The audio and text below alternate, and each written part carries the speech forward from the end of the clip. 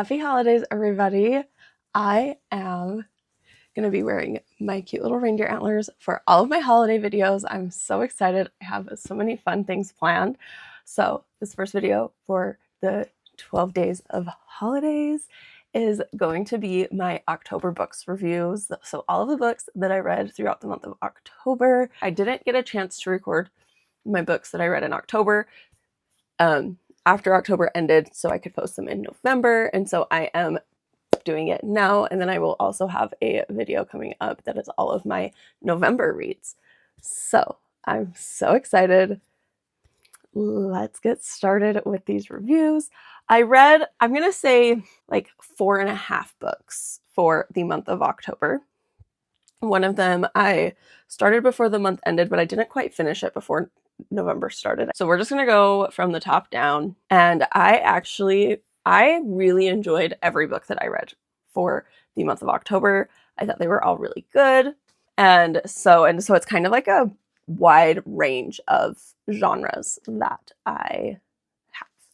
So the first one that I have on top, this would have been the last one that I finished because of the way the stack is, but it was Lessons in Chemistry by Bonnie Garmus. I got this at a thrift store because I had heard really good things about it. And this book was not quite what I was expecting it to be. Like reading the inside, like flap information. But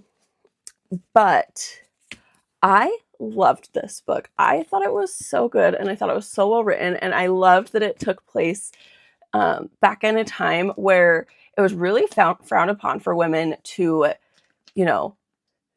have children out of wedlock, live with a partner they're not married with, be a single mom, try to provide for your family that way, and everything.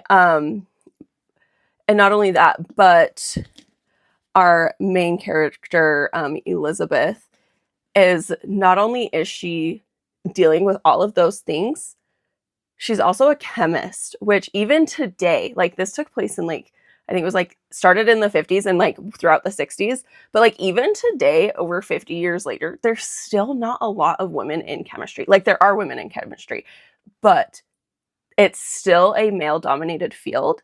And so I can only imagine how hard it would have been back then for these women that wanted to be chemists and live a life that way. So I don't know. I really enjoyed this book. I think it was really well done. I definitely made me think a lot about different things that I just hadn't ever thought of just because I didn't ever need to think about them. So definitely got my brain twirling a little bit for that. So definitely would recommend for you to pick this up if you are wanting a good book to read. So the next book. This is one, I did enjoy this book. I did enjoy it. I didn't enjoy it as much as Lessons in Chemistry or some of the other books that I'm going to talk about. I was just really confused in the beginning of this book, reading it. And so I had to get into it a little bit more to not be quite as confused. And I don't know, I need to look into this author to see if she it's not necessarily a series, but if she interconnects her stories together with each other to see if maybe if I read her other book that she's written, if that would make sense for me. But this one is also a more of a, not really a children's book, but I wouldn't say a young adult book. It's that middle age between younger children's books, say Magic Treehouse, things like that, but also the young adult books Hunger Games, books like that. It's that it's in between those. And so it is called The Girl Who Drank the Moon. This one was actually sent to me by my sister-in-law. I had no clue she was sending me something and it came in the mail. I don't know if it was meant for me or if it was meant for my daughter, but it was addressed to me. I decided to read it. I did enjoy it. I thought the story was really cute. It is about a girl who becomes magical because when she was a baby, she drank the moon, literally drank the light from the moon as food. And so, and there's just a whole lot. Like, I can't really talk about too much without giving away a lot. But like, that's like the basic premise of it, is like, they know she's magical and they're trying to contain her magic to where, and until she's a little bit older. But once she reaches, you know, like 11, 12, 13, her magic's not staying contained. And so, and it has so many different points of view, and they all interconnect together until you get to the end of the story, and figure out why the village that this girl is from is the way that it is, how she comes to live with her grandma, and why her grandma does what she does. So yes, really, really, I did enjoy this book. I do think my daughter will enjoy it as well. I want to check out some of her other ones that she has written. This is by Kelly Barnhill.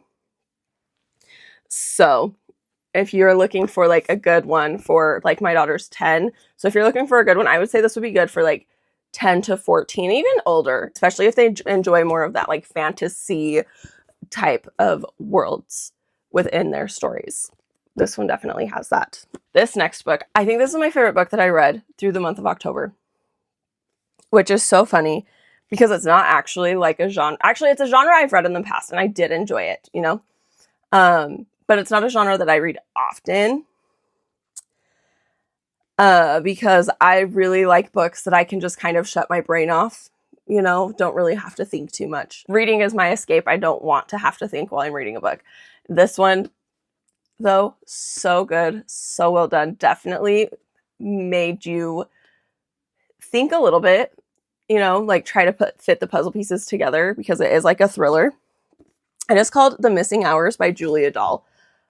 This book, I was telling my sister about it and I said, it is so good, you need to read this. I wasn't even I don't even think I was halfway through it when I was telling her, like, you need to read this when I am finished with it. It is about the main character. Her name is Claudia. She is an heiress in New York, and she wakes up one morning realizing that she has had unwanted intercourse, we'll say, and doesn't know who it could have been with, where it was, anything like that. Hence the missing hours. You know, she went out the night before to meet up with some friends, woke up the next morning in her dorm room realizing what had happened. And it is about her putting these pieces together to try and answer the question of what happened during those missing hours. Really good book. It was definitely like, there were definitely some things in there. I think I did cry like a couple of times, just like, you know, like as a woman having empathy, all of the things. And also getting the look of she doesn't want to go to the police and why she doesn't want to go to the police, and explaining it because of how public her life is, and that because she is an heiress, her dad was a music producer for a lot of big names, you know. And so it was so good. It was so good. It isn't not a very long book either. It also has several different points of view. Like, most of it's from her point of view. Really good story. Really well written. I want to read this author's other books, because this one was just so good and so well done that I need to get my hands on more of her stories. And last but not least, this one I also should have said was probably a half of a book, because I had already read most of this book. I don't know why I didn't finish it, because I really was like, I was probably 3/4 of the way through it and I just kind of forgot about it. Not because like I wasn't enjoying the story, because there were like other things that I was reading, or like my life was just really busy at the time, you know, and so it like got put somewhere and I just kind of forgot that it existed, because it was not out in the forefront of everything for me to read. But once I picked it back up and like I started it over from the beginning and worked my way through, I finished it in just a few days. So, but it is The Seven Husbands of Evelyn Hugo. I understand why everybody loved this book, okay? I do. It was such a great book. I really did enjoy this book. I enjoyed, you know, the story of Evelyn. I knew Evelyn was going to have something to do with her father's passing. I just didn't know what it was going to be. And so when we got to that point, I was like, oh, that is not what I expected. I expected it to be more of like, maybe he had worked on one of her sets or something, and it was like an accident on set, because they don't ever tell you anything about his death other than he's passed away, and that he passed away when Monique was young. So yes, I loved this story. It was so good. I swear are they turning this into a movie or a TV show? Because if not, I really want them to. I really, really want them to, if they have not yet. Because I feel like it gives us such great insight into how things were, you know, in early Hollywood days for the people of the LGBTQ community, and the lengths that they had to go through to protect themselves. When Evelyn is telling Monique about Harry's death, I definitely cried like through that, when she talked about how like her daughter going through the breast cancer and her passing away from that. That definitely struck a chord with me, because I do have family that has had breast cancer, but also like this time last year, I was going through chemo with my husband. Like, he was going through chemo for testicular cancer.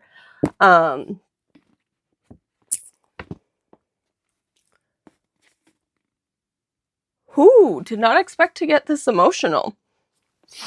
So there's the 4 books I read for the month of October. I would definitely recommend every single one of these books if you have not read them yet. Like I said, a little bit of everything as far as genres go, you know, because we've got like tween aged, we've got psychological thriller. I don't know what you would classify this as, because it's not really a romance. But, you know, very different storyline and plot line versus Lessons in Chemistry between these two, even though they technically kind of take place around the same time period, at least in parts of Evelyn Hugo, because, you know, it's like going throughout her life. But, you know, different career paths, because obviously Evelyn's a massive movie star, whereas Elizabeth is a chemist. But she's actually, I can say this is in the synopsis of the story, but Elizabeth is actually also a TV star. She has a cooking show using chemistry to teach women how to cook meals. So yeah, so definitely like a wide variety of books. I enjoyed every single one of these books for different reasons. So if you have read any of these, let me know down in the comments what you thought of them. If you enjoyed them, if you didn't like them, or there were aspects to it that you didn't like, let me know what that was. And we will talk to you on the next video.